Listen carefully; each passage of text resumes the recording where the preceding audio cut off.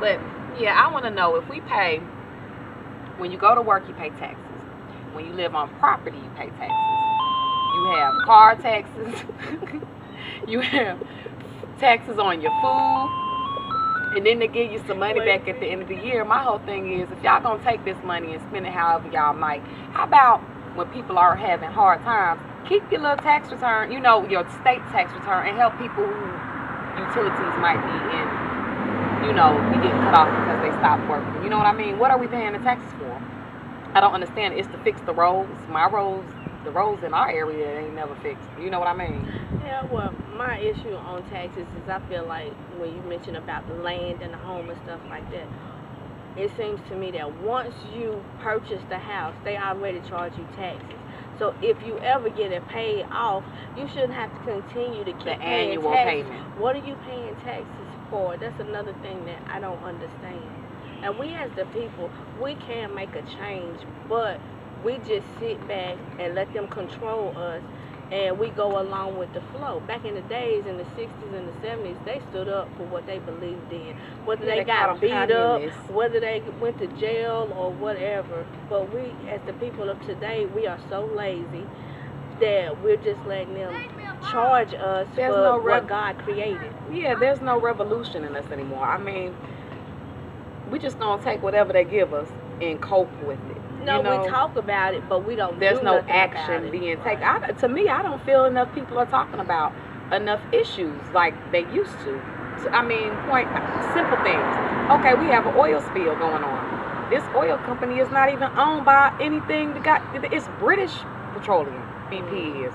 Why is Americans still getting gas from these? Why are we still buying these people's product when they're destroying our economy, so to say, our southern economy in the Gulf, and we still helping them out and they're not helping them? I don't understand stuff like that. Nobody's speaking up about it. We get to hear about, the only thing people want to speak about now is these well-to-do college kids that go and kill other well-to-do college kids. That's all I see that people care about on them.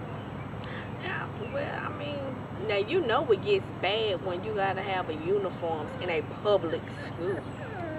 That's just another control mechanism. Yeah, I mean, like they say, we debt slaves. Down here, being that I've lived from coast to coast in North and South, when I was little and I went to public school in Chicago, I understood why we had to wear a uniform, because kids got killed for their sneakers. You know what I mean? But our uniform was a uniform. It wasn't every child go to Walmart or Old Navy or nothing like that. You just throw together a shirt with a collar and some khakis. You know what I'm saying? And then if they don't like it, they're gonna tell you about it. No, we had a strict formal uniform. But even so, the kids have to understand that everybody can't have the same things. Everybody's parents don't make the same amount of money. Some people well to do, some people ain't well to do, some people struggling, some people can make it. You have different scenarios to different things, but you need to whoop somebody's behind or chastise them or give them some type of discipline to let them understand. You don't take something that does not belong to you. But of course the government wouldn't see it that way, because they take whatever they want, whenever they want. And they'll keep messing until they get it. They just, it just seems like it's so crazy to me that, like, back in the 60s and 50s, how they did with the blacklist people that had discussions. They called them communist people, that were expressing their views. But in our actuality, that's all America's becoming. I mean, little by little, they're making everything so that it's controlled. They say we're voting for some type of control, but how are we voting for it when there's serious issues like, for example, the thing they got going on with the Arizona? Look, Nene. Look. It's ours. His name is Louie. Then you can't walk this way because we're talking. And I mean, for them to say that they can, I don't necessarily disagree with that law, but there wasn't a vote for it. If it's going to truly be a democracy, why didn't the Arizona governor say, okay, Arizona, let's vote for it? We just have certain freedoms that other countries don't have. I mean, in certain ways, I mean, I feel like the freedoms that we are brainwashed to believe that we have really aren't it. You know what I mean? I just think it's a facade. They can track everything we do. I mean, sure, in other countries you might get beheaded if you looked up at a man or if you didn't follow the rules. But I mean, inside your own home, you're pretty much free to do what you please. Here, you can't. For them to tell me that on my street I have 8 cameras that can watch me go in and out my car, track my day, you know, put me down to a schedule to a T so that they can investigate my habits to see if I'm breaking some type of laws. You see what I'm saying? Where is the freedom in that? Anytime they say you break one of the laws, they don't necessarily take your freedom away as long as you can pay. I mean, it's all about this. But you don't have, I mean, look at the people that don't have, I mean, all the jobs have been sent across seas. So therefore, you do have more people that's on some type of system, whether they're getting disability, whether they're getting some type of food stamp or some type of check or some type of unemployment. But if they just said, okay, we don't have no more money for you people whatsoever, and they stop everything, how will we as the people, anarchy, be able to support ourselves, our families, and each other? If we unite together, that will possibly, there's something that could be done. But when you don't have no unity and you just simply just okay with being controlled, you just sit there and let things go. I think that in some type of way we need to start, you know, trying to prepare to take care of ourselves and our loved ones, and stop. Just because it's free don't necessarily always mean that it's good. Yeah. You can't, because nothing is free. The government is not going to give you no type of free money whatsoever. You got to sign your life away just to get it. But when we're signing our names, we don't know what that means when we sign our name on that application for that unemployment, for that SSI check, for those food stamps, for that welfare check. We don't necessarily know what we have signed. We basically signed away our entire life. Now they can track you. I mean, because anytime I've dealt with social service, they go all the way back. My child is 11.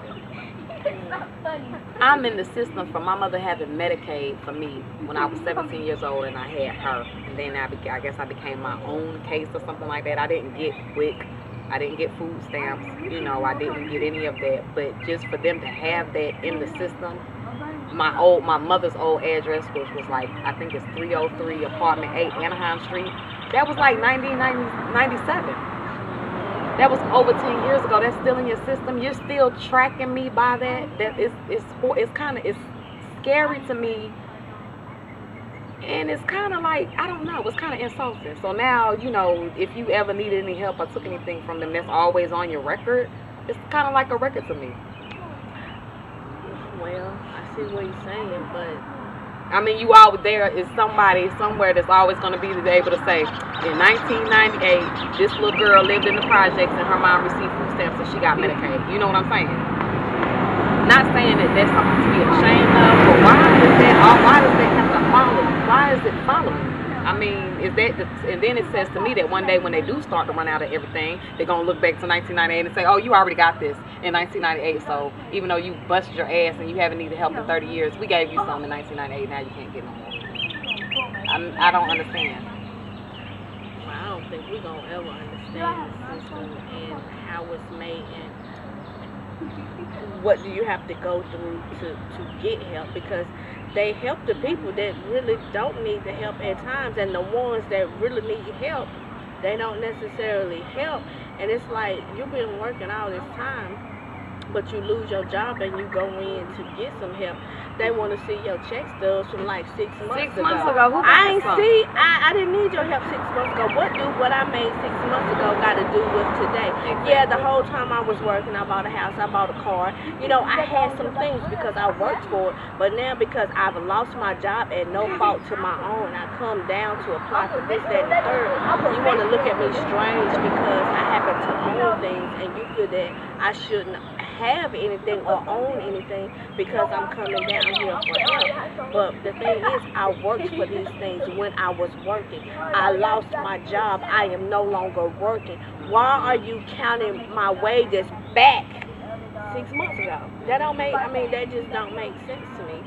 You know, I mean, it just don't make sense to me that they do people like that. And it's like you came down here because you need help today. You didn't need help yesterday. You need help today.